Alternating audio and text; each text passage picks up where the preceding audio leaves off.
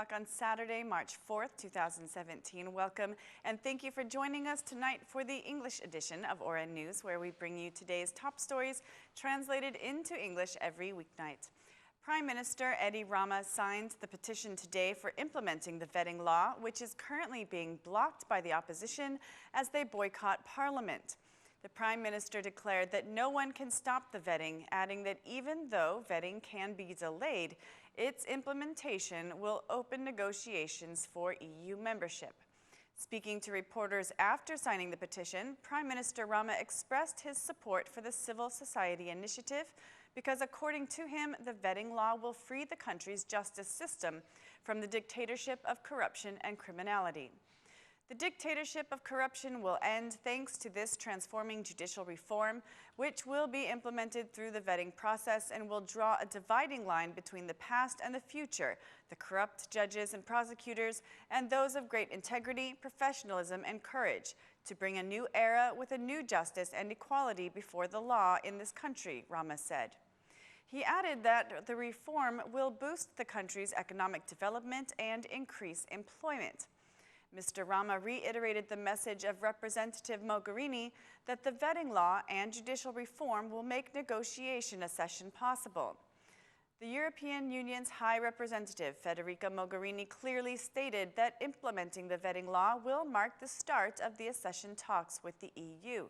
Albanians heard that the EU is ready to begin with the negotiations. The negotiations will open when the vetting law is implemented, he said. The Prime Minister was also asked about the dialogue with the opposition, for which he had this to say: "We have nothing to negotiate, but we have a lot of things to discuss with the opposition. We will discuss everything with the opposition. We are willing to listen to the opposition about everything," declared the Prime Minister, adding that his willingness to discuss ends at a provisional government. "We cannot change what people have decided by their vote. The people decide who is in opposition and who is in government. We are implementing our agreement with the people, which has not finished yet. The opposition has the obligation to implement the Constitution.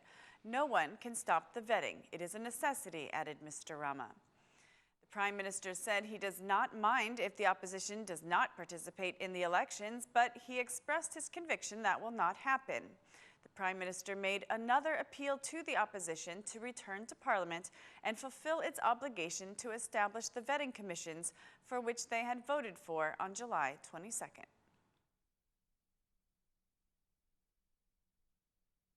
Foreign Minister Ditmar Bushati was in Shkodra today, where he signed the petition for implementing the vetting law, joining the civil society appeal to the opposition to also sign the petition.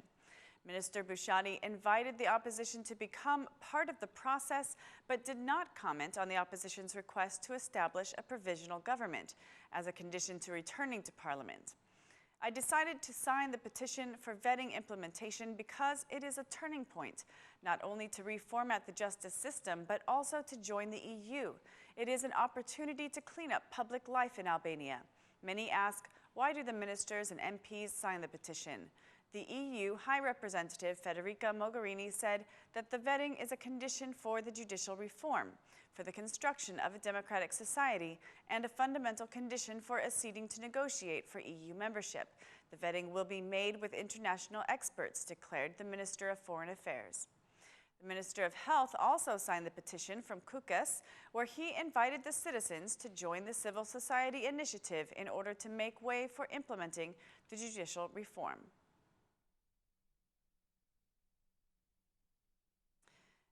Democratic Party Chairman Lulzambasha has reacted today to Representative Mogherini's statement that vetting is the key to begin the negotiations for European Union membership. Speaking from the protesters' tent, the DP chairman called the statement, quote, "bullshit," saying the International spoke in favor of free elections and an independent justice system, not vetting. "European dignitaries came here and clearly told us that the EU door cannot be opened without free and fair elections, without fighting against crime, against drugs, against corruption, and without real justice. You all heard this message. The whole world heard this message. Now they are telling us that the negotiations will open if we do the vetting. This is bullshit," declared the DP chairman. reaffirming his demand for free and fair elections and for establishing a provisional government.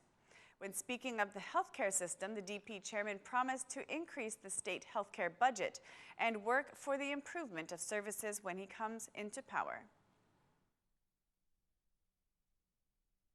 The chairman of the Republic Party, Fatmir Mediu, paid a visit to the U.S. Senate where he held a meeting with Congressman Randy Hultgren.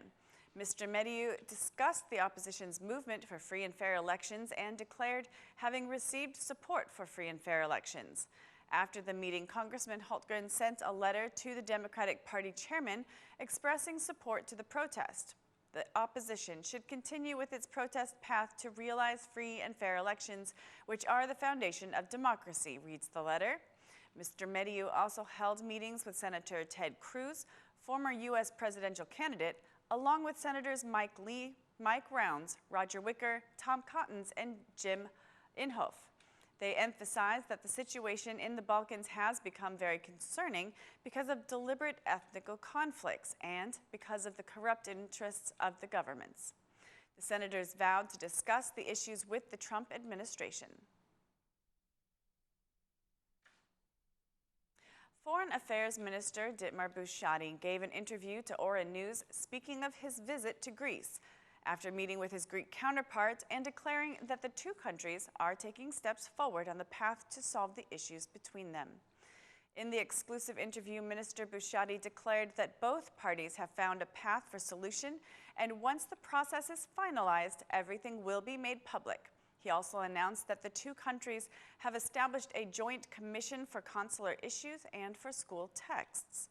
Another meeting with the Greek foreign minister is scheduled for next month, and Minister Bushati affirmed that both countries are clear about the solution path.